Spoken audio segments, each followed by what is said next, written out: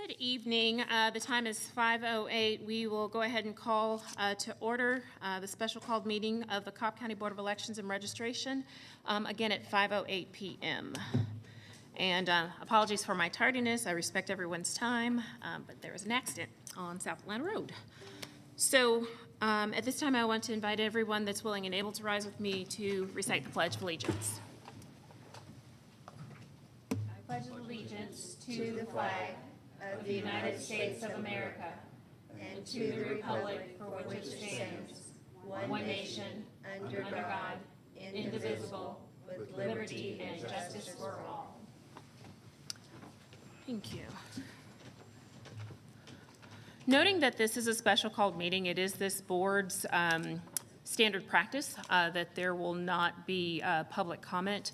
So with that, we will go ahead and move into the first item on our agenda, which is the approval of the agenda. Has everyone had an opportunity to review the agenda? Yes. Are there any proposed revisions? Yes, sir. Move we approve the agenda. Excellent. Thank you, Mr. Bruning. Is there a second? Second. It's been moved and properly seconded to approve the agenda. All those in favor? The motion passes unanimously. We'll move into the public hearing portion of the meeting. I think at this point we turn it over to you, Ms. Hall. Thank you. So the first polling place change that we're looking at today is for Blackwell 01. So we'll get the map pulled up. Thank you. So this is a permanent replacement, leaving Northeast Cobb Community Center, which is no longer owned by Parks and Rec. It's now owned by Public Safety, and moving into the brand new Gritters Library, which we're very excited about. It's a much better space. And so you have all the details there. There's approximately 2,600 active voters in the Blackwell 01 precinct.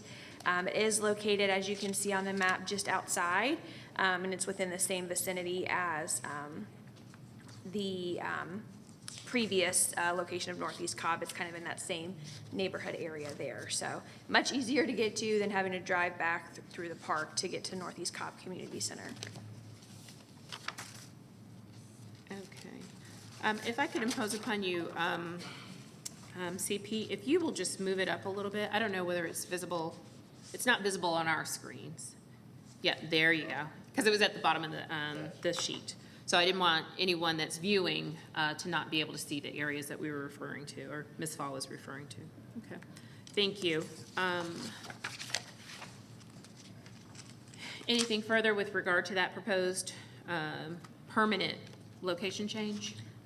I think that's about it. We're really grateful for our partners at Libraries for having us, and we're excited to be in the gorgeous new space there. Okay. Is it your preference to present your second one and then we vote on both of them at the same time? Sure, we can do that. Please go ahead. So the next one is for Oregano 2. So this is a temporary relocation. The precinct you can see previously was just outside the boundary. We were at worship with Wonders Church.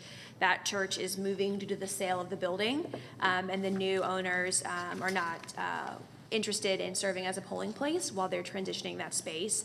And so since schools are closed that day, we reached out to our partners at Cobb County Schools to see if we could utilize Smitha Middle School, in which they graciously agreed. So we'll be voting in Smitha just for this election, since we'll be back in school, obviously next year for next year's elections. So we'll work on finding a new suitable location for Oregano 2. Okay. So to be certain, this is a temporary relocation, but we do not anticipate, obviously, going back to worship with Wonders Church because it's been sold. Correct. So we anticipate finding a new permanent location in the new year. Correct. Okay. Does anyone have any questions with respect to this proposed? Yes, go ahead. Does this carry us through any runoffs? We would discuss the runoff with them. The downside of the runoff is that it is when school is in session. We're hopefully, knock on wood, not anticipating a runoff at this time. But if there was, we would speak with the school and see, because it would not be a countywide runoff. So it would depend on if this district, congressional district, went to a runoff or not.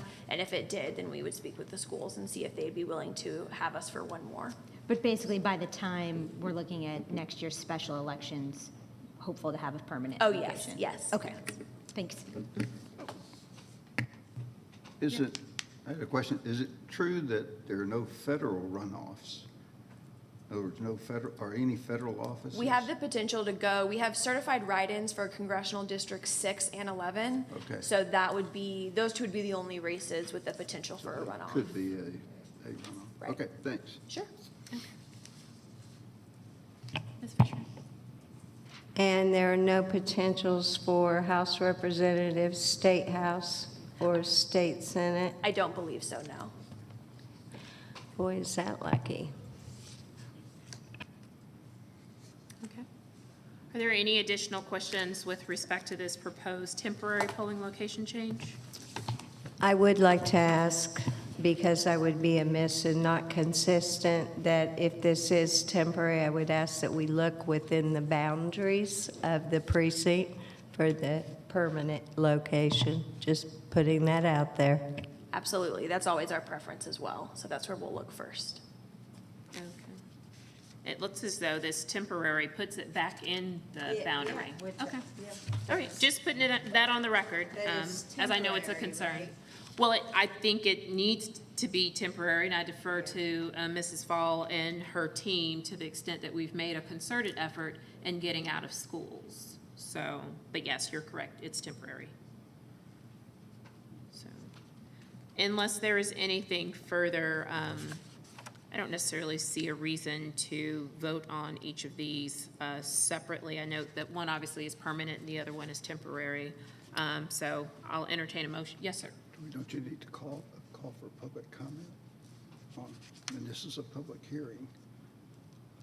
We've not previously done that, but. Yeah, I saw it listed on there as public hearing. I think Yeah. It's required notice, but I don't think it, It's- it's on the agenda. Yeah, your mic is not on, but it's always listed as public hearing, and we've not called for public Yeah. comment. I'm happy to do so, but we'll defer to our council. Yeah, the statute doesn't require public comment. It just requires notice and Okay. publishing in the paper and then discussion in the open meeting. So I've noticed it was under public hearing, but I didn't. Maybe I should have mentioned it during the agenda portion that we need to just call it a new business. New item or something. business, okay. Ms. Fisher? Isn't it normal when public notice is required for anything, for there to be a hearing? I know that is the case with the BOC, or at least public comment. Otherwise, I'm not sure why there's a requirement for public notice. And I was just taking guidance from Yeah. Mr. White. I'm happy to call for public comment with respect to these two items, not I'm just broad public comment. asking, because typically, understood. notice when it's given is followed by a hearing, public hearing. Understood. Okay. And that usually means public Comment. Nope, I understand that. And you've kind of got two things that are Yeah. not necessarily at odds, but that we've got to navigate here. It's a special called meeting solely for the purpose of this. I wouldn't imagine that anyone here would find objection to it, but let's go ahead and call for public comment. Okay, I think that's. During public hearing. that- The answer is yes. I think that's good, but it has to be specific to the topic. We absolutely will make Okay. it absolutely specific to the topic, and the topic being the permanent relocation of Blackwell 01 and the temporary relocation of Oregon 02. So if there is anyone here that would like to be heard with respect to the described polling location changes, you may come up to the mic.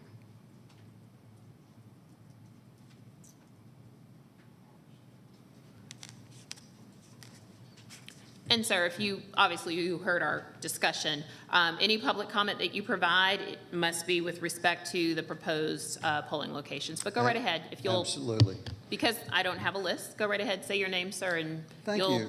have 3 minutes. Sure. My name is Sam Henderson, longtime resident of Marietta, and thank the board for its work. And just in keeping with previous meetings and polling location changes, both temporary and permanent, I'm just assuming that the board will take great efforts to publicize through multiple channels so that people who are planning to vote won't actually miss their opportunity because they didn't realize, where it was, or they couldn't get off work long enough or whatever. So I'm just trusting there'll be very ample notice of these changes through multiple channels so that everybody gets to cast their vote. Thank you for that. Yes, sir. Mrs. Fall, do you want to speak to that? Sure, thank you. That's a great point. I should have mentioned that. So anyone whose polling place has changed since the last time we voted will get a precinct card, so we'll order those tomorrow. We're waiting for this to go through. And so everyone will get a postcard in the mail, and then we're legally required to post several very large signs at the previous voting location.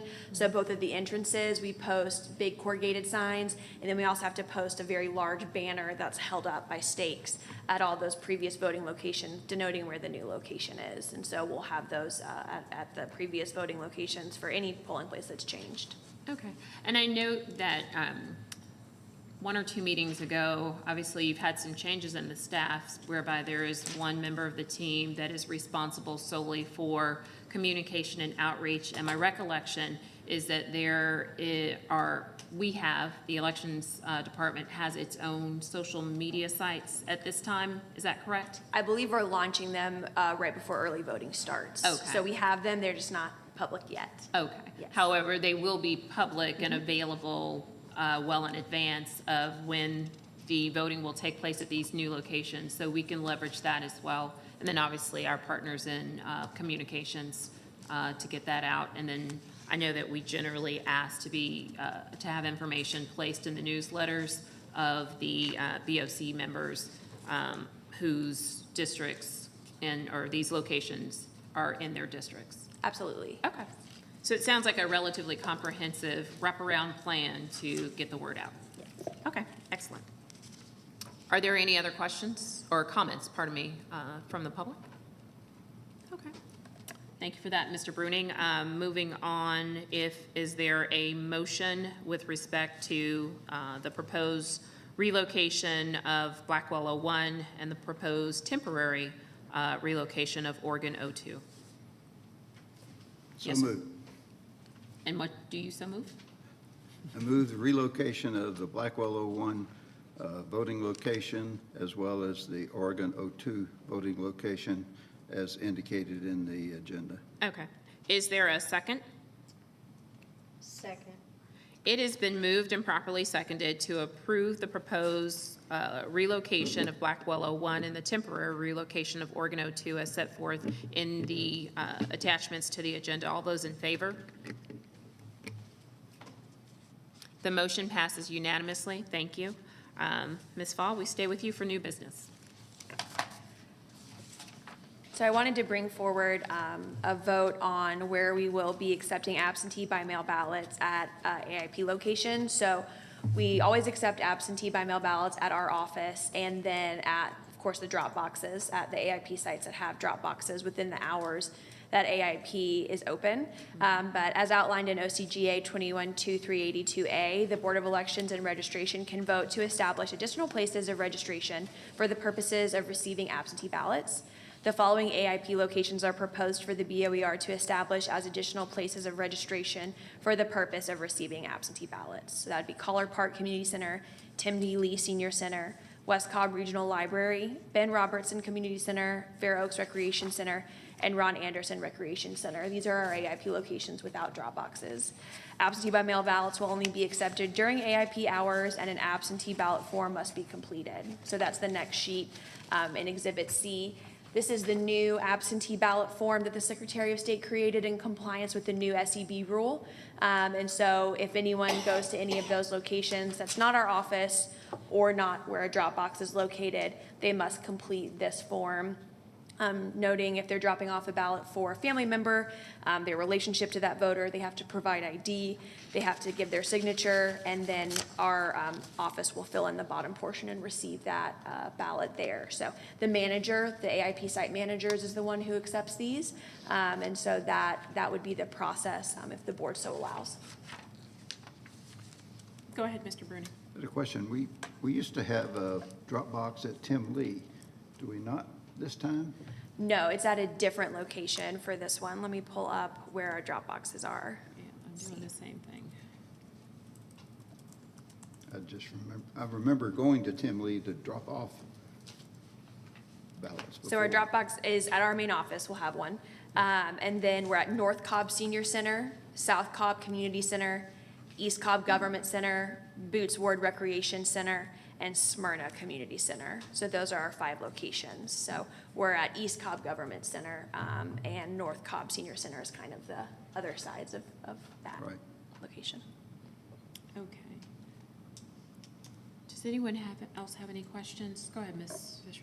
Speaking of drop boxes, and we do have them all set with the video, required video. Yes, so once we install them when we deliver all the equipment, so we'll have that, and then we're working with IT. We have everything set for those cameras to be installed at those locations for that didn't already have video footage.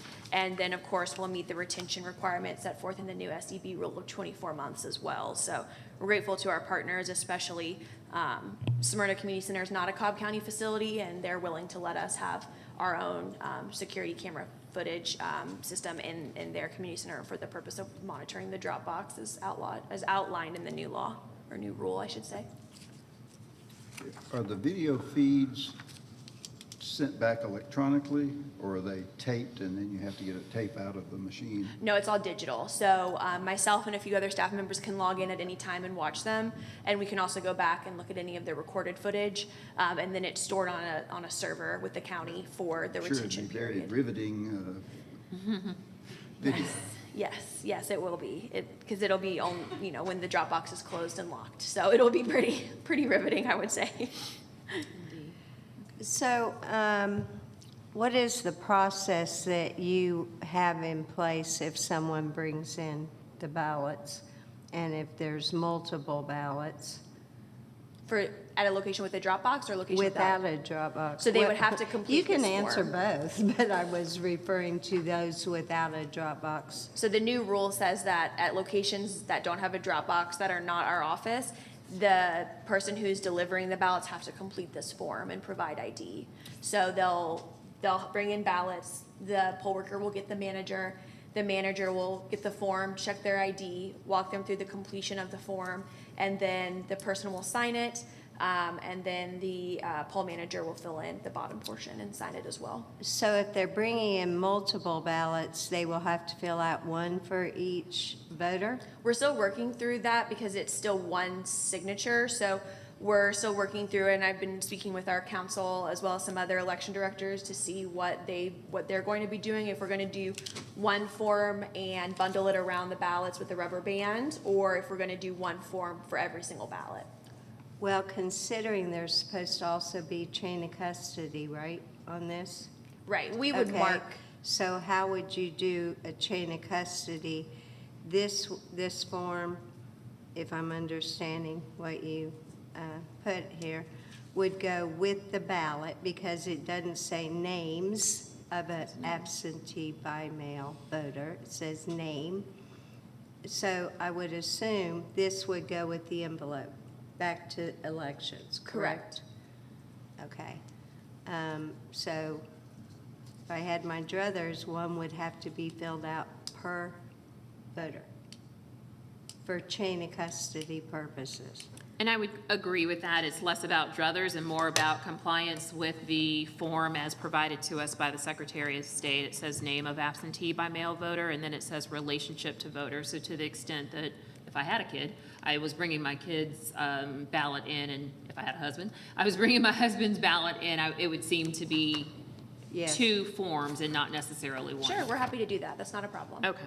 I just want to be clear because it's a different process, and obviously, we've already started the training, and that was going to be are you still asking questions, Ms. Fisher? Because I had a couple of other questions. Nope. Okay, so I just want to be clear how we are intending to communicate which Dropbox location, since it's going to now be all of our AIP locations that will receive absentee ballots, how are we going to ensure that we're only collecting this form where need be, for example?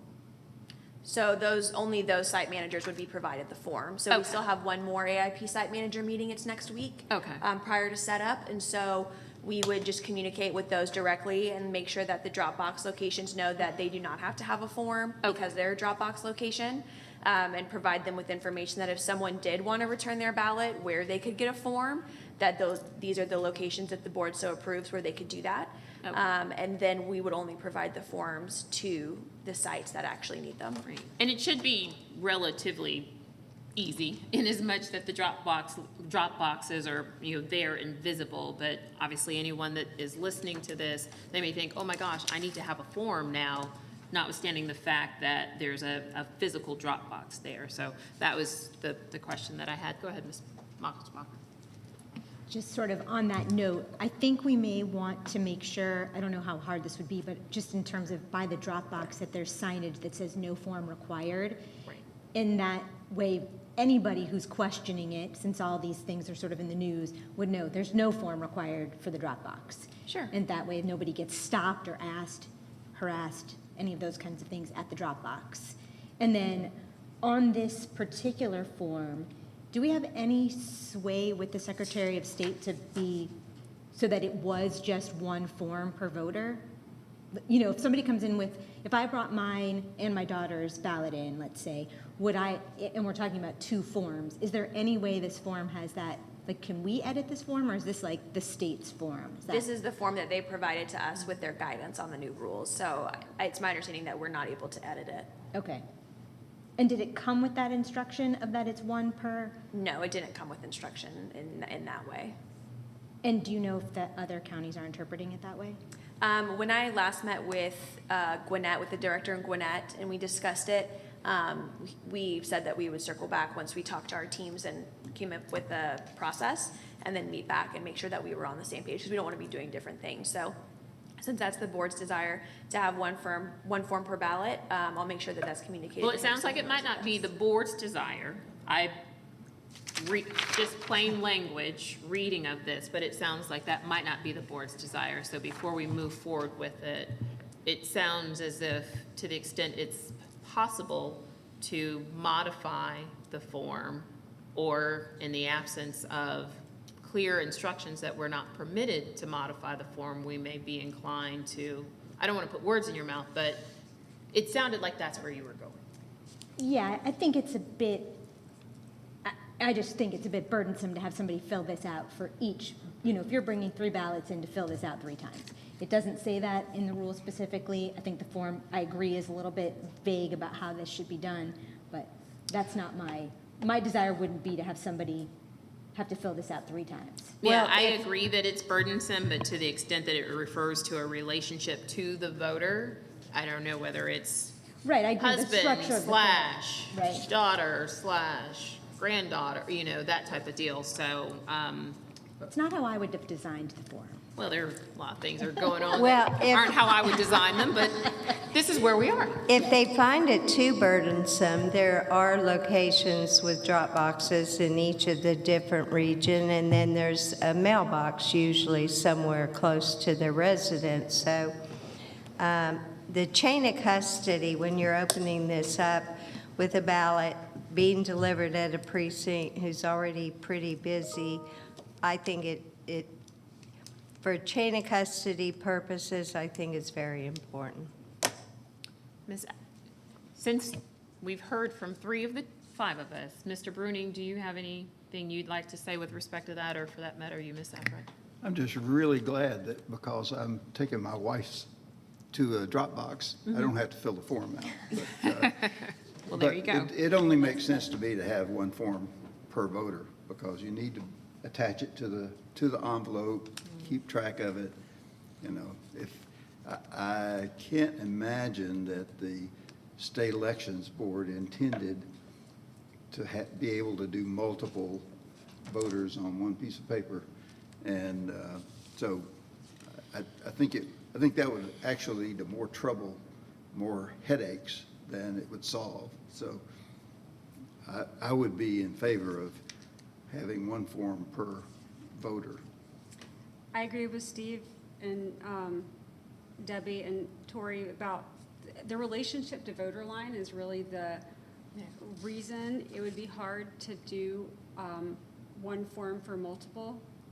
I also think it's unfortunate that the Secretary of State didn't do a better job making it clear, especially because we're going to see that different counties are going to be using this form differently, and it would be much better for the whole state if all counties were handling it in the same way.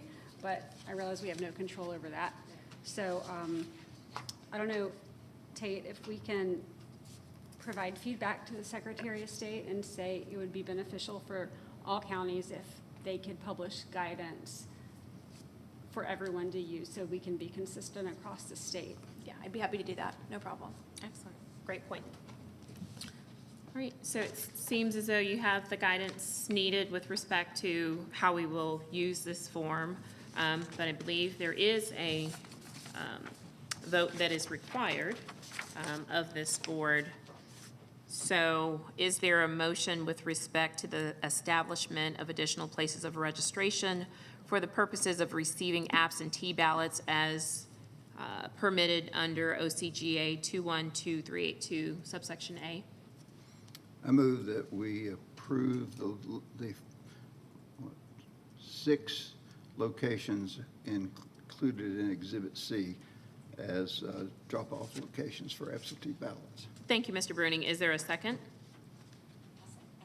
Thank you, Mrs. Mosbacher. It's been moved and properly seconded to approve the 6 locations as set forth on Exhibit C to our agenda, such that these locations are available to be used as, or for the purpose of receiving absentee ballots. All of those in favor of this motion? Any opposition to this motion? Mrs. Fisher, your opposition is noted. The motion passes 4-1. Thank you for that. I know that I do not have any updates, but you're first up on the agenda anyway. Go right ahead, Ms. Tate. I just have a few slides to update from where we were at, and I want to make sure that I'm providing consistent information throughout all the meetings. And so just a few slides to jump in. So for our equipment orders, I wanted to provide an update. So our 20 ICPs we received from Dominion, we've received them. They're undergoing acceptance testing as we speak. The 20 ATI kits were also received. From No Ink, our 100 encoders were received. So we got those, I believe, 2 weeks ago. And then the 13 pull pads with printers, so those are for our additional AIP site. Those are at CES for acceptance testing. So that's the Secretary of State's CES office here in Marietta, where those units, the pull pads and the printers are being acceptance tested there. And then we'll pick them up when they're ready. And then the 543 pull pad printers, we received them last week. It was a lot. It was 13 pallets of boxes because they all came in a massive case. And so those have all been received. We did the inventory on them, and CES came over the day that they were delivered and started acceptance testing on those. So we're on schedule to have them out for, replace the ones that we took from AIP for training, and then we'll have everyone else ready for Election Day. And so we've gotten a lot of positive feedback from training. Poll managers are really excited to have the printers, and they're looking forward to the decreased wait times that will allow for. For LNA testing, we are still completing AIP, BMDs, and ICPs. I believe we're done with all the BMDs and we just have ICPs. And so we're looking at completing that Wednesday. We're a little delayed because of the closure last week. And so we'll wrap that up at the end of the day Wednesday.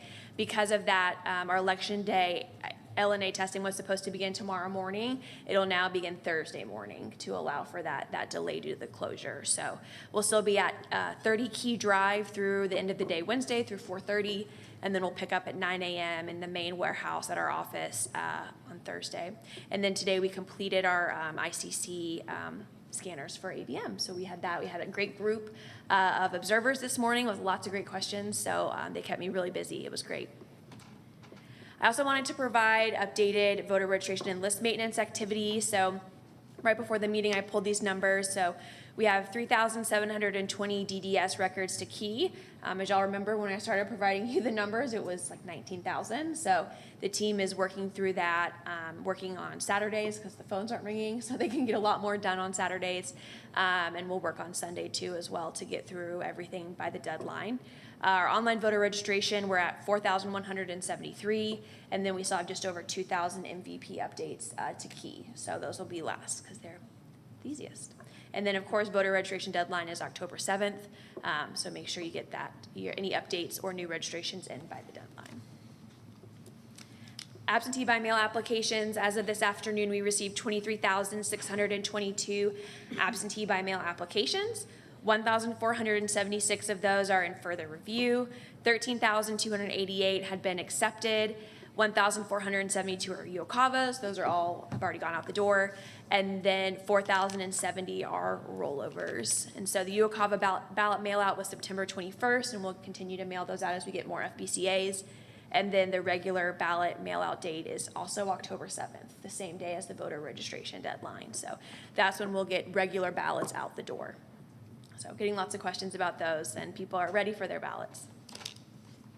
And then last, just a couple key dates and deadlines that I've given before for the public. So regular ballot mail-out, like I said, October 7th, as well as the voter registration deadline. Our first day of AIP is 2 weeks from tomorrow, October 15th. Our last day of AIP will be Friday, November 1st, and then Election Day, of course, Tuesday, November 5th. So that's all. Okay. A couple of quick questions for you. What they are referring to on Buzz as the dress rehearsal, that's what will take place on October the 3rd, am I correct or no? No, so the dress rehearsal was, started last Wednesday. We were supposed to have it wrapped by Friday. Right. Then the weather delays. So originally they gave us till tomorrow, but everything has been completed except for the ballot image upload to Enhanced Audit. They're having an issue with the login for Enhanced Audit. And so now they're saying that should be fixed by the end of the week. So we've completed everything except for that last step. So as soon as we get an update from the Secretary of State that that's been fixed, we'll be able to complete the last step. Okay, and that will just be at whatever point that we receive the update. That's not necessarily aligned as far as timing with the balance of LNA, correct? Right, Okay. yeah. And, go ahead. I was going to say, I have a question on that audit balance, ballot image update. How many ballot images are we uploading as part of this process? For the dress rehearsal, we had 20, it was required to do 20 absentee by mail ballots, and I think we did 20 or 21. And then for regular ballots, we did, do you remember how many it was, Mr. Dietrich? Quite a few. Quite a few. They gave us parameters of how many we should do, and I believe we went over the BMD marked ballots, but we stuck with the ABM ballots of 20. So we have that. It's not quite our full test deck, but it's a sampling of different, I think we had to do every ballot style or every precinct. That was 19 precincts plus main, AIP main location, so essentially all the styles. Yeah. The reason I was asking is because there was some question at the State Election Board meeting when they approved this about how long it will take to upload the ballots.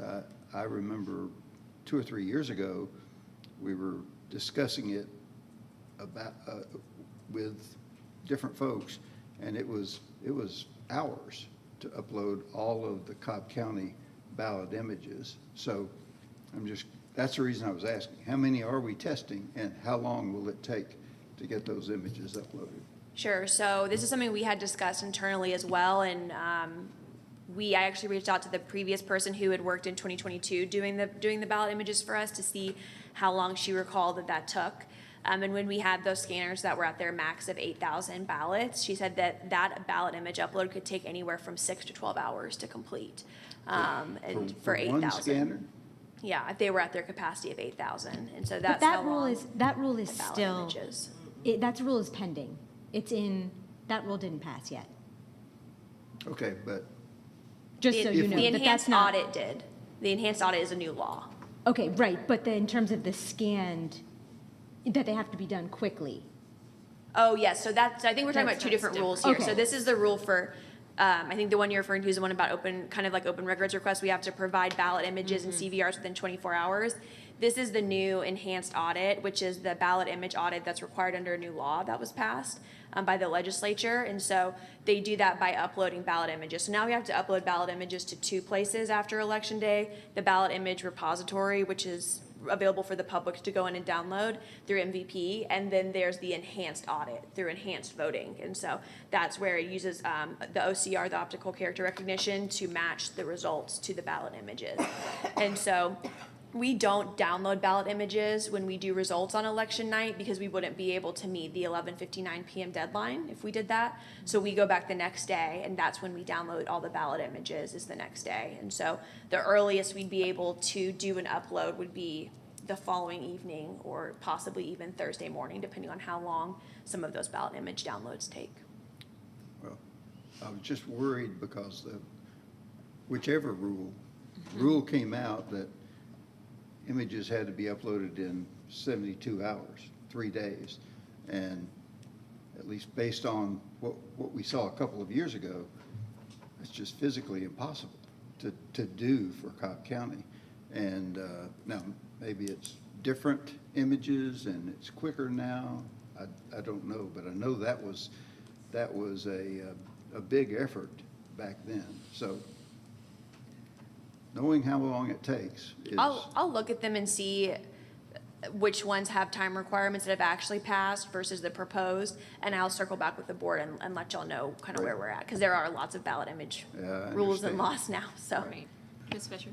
Steve is correct, there is a time limit to upload, and I believe the request is night of. But they, I believe, also acknowledge the bigger counties that may not be possible. But I think that sounds like an extensive amount of time to upload. They aren't exactly high-quality images. 8 to 12 hours for 8,000 images? 6 to 12. 6 to 12. That sounds like a lot. I See, the problem is that it's taking the image off of the ballot card, the memory card, Yes. and transferring it to another computer, and then transferring it to an upload site. So at least that was what I understood was. it Well, was a those problem. images should be already uploaded to the computer when you're tabulating. Those should already be there, Not the right? images. Not We the don't do that on images. election night because we You wouldn't would- be Can able. you not do it this same time? If you wanted to wait to You announce can't. elections at noon the next day. If you were willing to wait until the next day to answer. Okay, well, I questioned the length of time on that. That would be really difficult to that- do in That's why I was 72 asking the hours. question. Right. But it sounds like we might just be at the mercy of the scanner, correct? Yeah, the size, yeah. Okay, got it.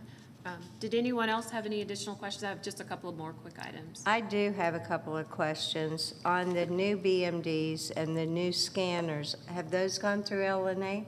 We don't have any new BMDs, just 20 new scanners, and I yes, thought they we will. ordered new BMDs for the new precinct. No, so we did 20 new ICPs, 20 new scanners, 20 ATI kits for BMDs, and then we have 13 poll pads with printers. So there's no addition, we did not order any additional BMDs, just scanners. This is everything we've ordered with contingency in terms of equipment. That'll be used on election day and early voting. But the scanners will go through LNA. We can't put anything in the field if it hasn't gone through LNA. So when will that be done? Because I assume those will be done here in the warehouse rather than Keith Street, or since we don't have current possession of them, right? We do have the scanners. Yes, they're going through acceptance testing in our office. Oh, in our office. The only thing we don't have possession of is the 13 poll pads. That's at CES. Okay. I could have sworn you bought new BMDs or at least put it in your budget to buy. No? Not for this election. no. Okay. Wasn't the change in the rules that eliminated one BMD per 250 voters, the reason why they got rid of that rule was to have more flexibility in using the BMDs. Correct, yeah. Because of AIP, because of the increase turnout with AIP, we no longer have to meet that 1 per 250, absolutely. Right. And those 20 scanners, those were the 13 pallets that you received The that, I believe? 13 pallets was the 543 poll pad printers Okay. that came from Knowing. Yeah. All right, well, Yeah. either way, kudos to you as well as to Mr. Dietrich and his team in handling all of the equipment. I know that's a relatively large lift, so thank you both for that. The other question that I had, obviously, the deadline for registration is quickly approaching, and I know this board, with you, have had a lot of conversation around this cancellation portal. So where are we with respect to the process for handling requests that come via the cancellation portal? Sure, so I wanted to double check before we move forward that I believe what we got out of the last meeting was that we would be sending a letter to anyone who requested a cancellation through the portal to confirm. So we'll work on that. We've been focused on the DDS and the OLVR records first. But now that we, I think, are in a better spot, even with the delay last week, we'll start working on those letters and get them out. And then we'll process the traditional, as we have been, the traditional cancellations that come through the ERIC or any other type of notice. So we'll do that for MVP, and then I'll make sure that's done by the end of the week, and then I can provide that in my weekly update where kind of we're at with those cancellations. Okay. As it relates to, so the ones that have come through the normal, well, prior to now, the normal process, they didn't come through the portal. You've been handling those as you would normally? Correct. Okay. Yes. So then as it relates to those that have come through the cancellation portal, we are going to send a letter out. And it's only upon, I guess, what's the process thereafter? There is on file, on record, there is a cancellation request that's come through the portal for my registration. I receive a letter from our office. If I don't respond, what happens if I do respond, or I'm required to respond to confirm that I requested the cancellation, correct? So it's up to y'all.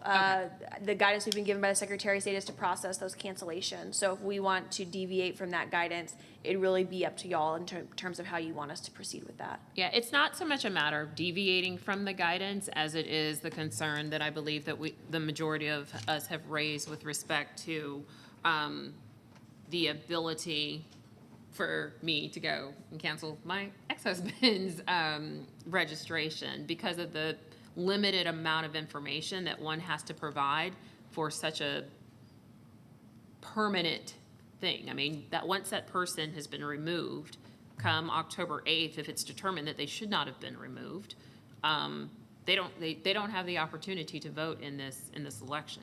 And personally for me, that's problematic as it relates to our voters in Cobb.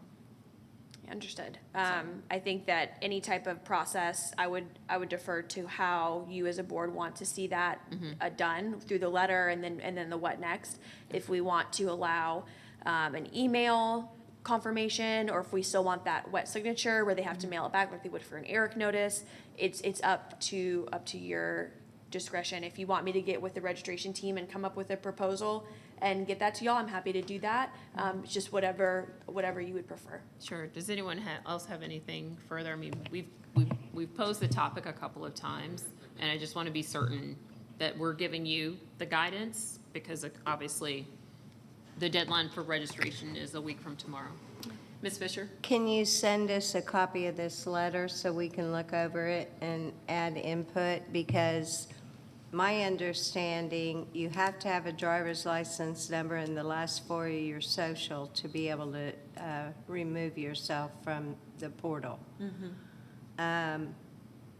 I don't have my ex-husband's driver's license, but if I did, it would be dangerous. So, anyway. I believe it's either or. I think do it's- have his social security number. Yeah, I believe that it's either or, and the thing of it is, if I recall correctly, Ms. Fall, is that, you know, I don't believe I'm providing a copy of his driver's license. I believe I'm providing a copy of my driver's license in connection with the submission of this via the portal. No, it's their It's information. it's the voter's driver's license or social, Last four. last four. Right, but there's also, and there is also something with respect to this portal to confirm who I am as it relates to When you log on, first initial, last name, date of birth. of the voter that I'm intending to cancel their voter registration. Well, if you are going to commit a felony, that would be yes. And then you have to, I think, click on the portal link for cancellation, and you have to put in a driver's license voter registration number, I believe, and the last four. Which you'll have the voter registration once you're on my voter page. So Right. it's not like it's an unknown. Yeah. Yeah. I think the other concern was when this was initially released, the fact that certain information, certain personally identifiable information was available.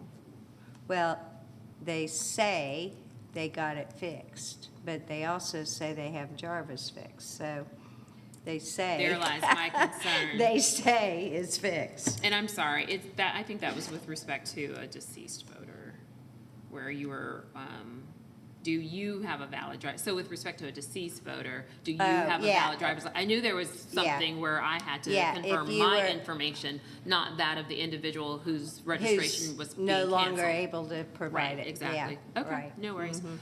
So to Mrs. Fisher's point, if you could share with us that letter, and we will, if I can, speak on everyone's behalf, commit to get any input back to her by the close of business of the day that she provides it to us, given where we are in the cycle. I think the letter should be reflective of this same thing when the Secretary of State gets acknowledgement of an out-of-state move, which basically it says this is to confirm The Eric notice? that your, that your request to unregister, basically, and And that makes due perfect to a sense. change of address. If this is not correct, call us. If it is correct, you will be removed in 15 days, 10 days, 30 days, whatever. I think that's reasonable, but requiring them to respond to return a letter, not so. Yeah, I'm not suggesting that, I'm just suggesting that We before we see leave the here letter. today, Yeah, and most importantly, that before we leave here today, we align on a process, because to the extent we've requested Mrs. Fall and the team to pause, we've not given them guidance as to next steps. So it sounds like we have now, though. Great. We'll work on a draft letter where it does not require the voter to return a signed notice. Okay. Does that sound, that's what I'm hearing? Okay. We'll work on that and get that to you guys as soon as we can. And make it able to be by email. yeah, Actually mailing a letter back yeah. is No. such a big headache these days, so. And unsecure. Unsecure. An email should be available as a means to validate it. Sure, okay. Ms. Mousewalker, your point? I was just gonna say, if they don't have a driver's license and you're in this portal, because I'm in there right now, you have to print this form, this cancellation form, and you have to send that form back with a signature. But you can send it back via email or mail, but it has a signature on it. So that's the one thing that the portal is missing, right? Like, Exactly. it doesn't have any signature. If you have a driver's license, you put it in, you click go, and you get the notice. Right, so that's why you get an error message when you try to submit, because that's how they get that signature, is they pull your signature from DDS, and then that's what they make that, they fill out the form pre-filled with your DDS signature, and then that's what goes on your voter registration record, saying that that's the cancellation form you submitted via the portal with that signature they pull from your DDS record.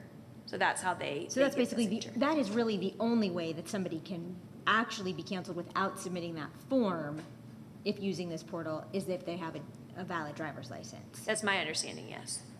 Okay.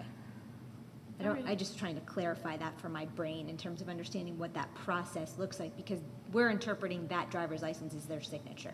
Right, right. It's a driver's license or the last four of a social, I believe.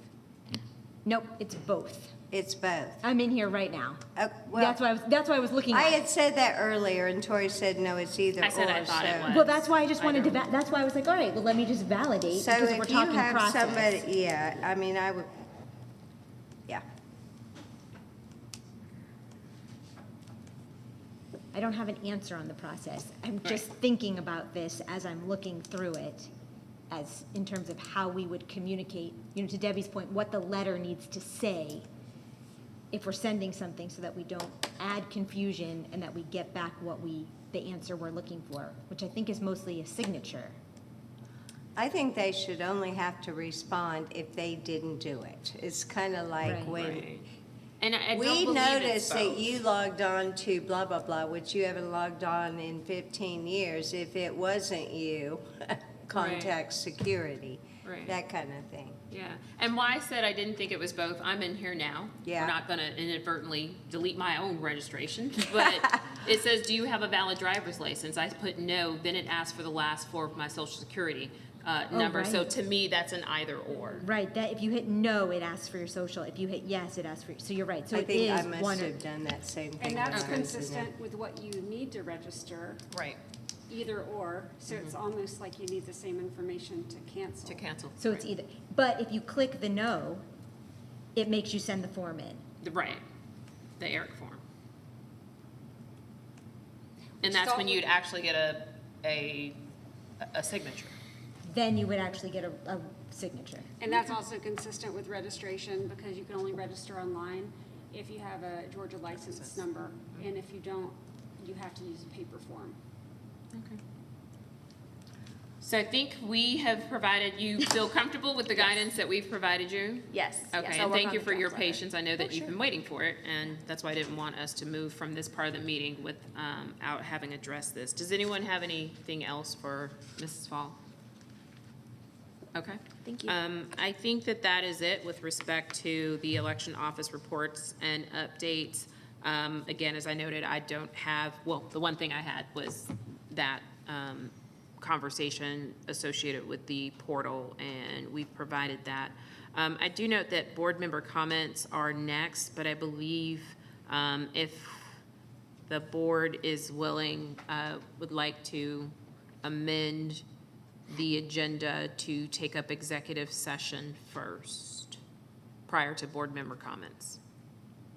So is there, I should have done this at the outset of the meeting, so that's on me. Well, that kind of defeats the purpose of why we put board member comments prior to executive, so people Do you have didn't board, have to. do you have comments to provide? I have a lot of comments, but Today. I'll abstain. Okay, and I appreciate your abstention. Does anyone else? I'm more into, the shorter this meeting is, the better, so I'll reserve the comments for a later date. I appreciate that I know you reservation of all comments. do. Is anyone else opposed to moving executive session prior to board member I'd just comments? like to agree, we don't have any comments. Okay, well, that's fine too. There we go. All right. Let's move on. Well, we've been admonished before with respect to violation of First Amendment rights, so I didn't want to do that again. At any rate, moving right along, I will entertain a motion to move into executive session for the purposes of discussing litigation and personnel matter. So moved. Thank you, Mr. Bruning. Is there a second? Second. It's been moved and properly seconded to move into executive session for the purposes described.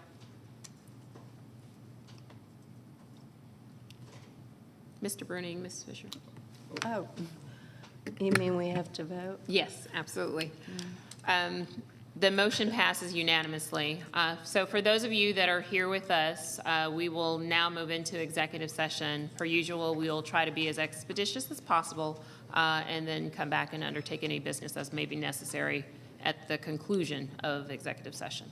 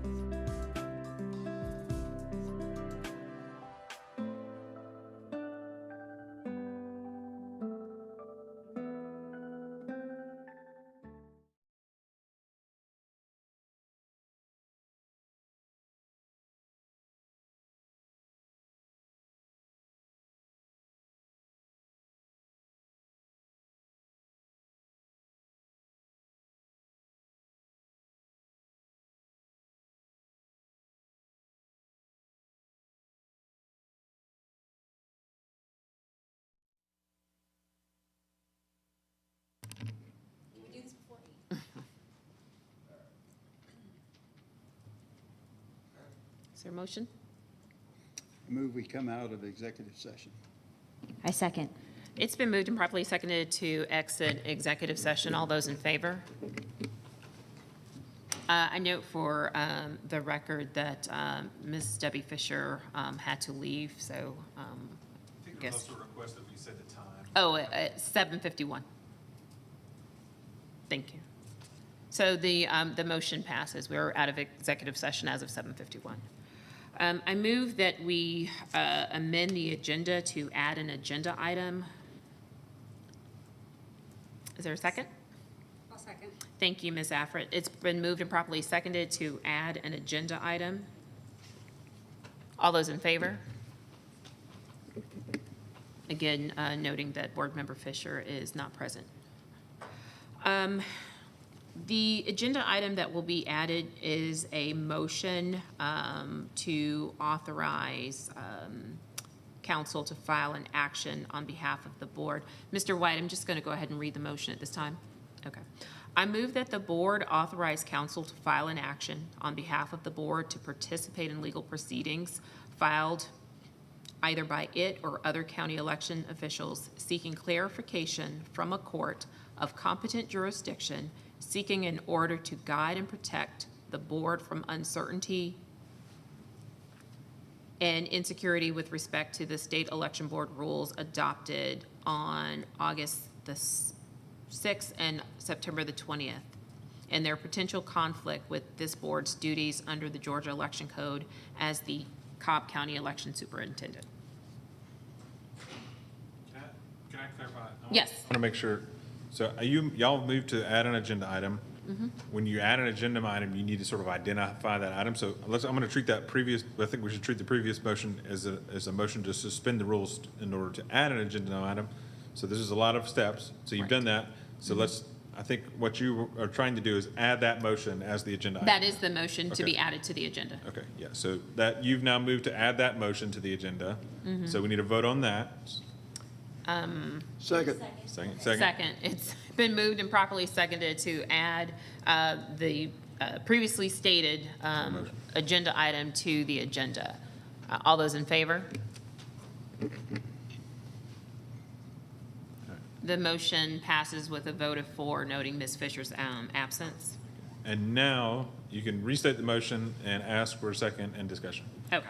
I move that the board authorize council to file an action on behalf of the board to participate in legal proceedings filed either by the county or in connection with other county election officials seeking clarification from a court of competent jurisdiction, seeking an order to guide and protect the board from uncertainty and insecurity with respect to the state election board rules adopted on September 20th, 2024, and their potential conflict with this board's duties under the Georgia Election Code as county election superintendent.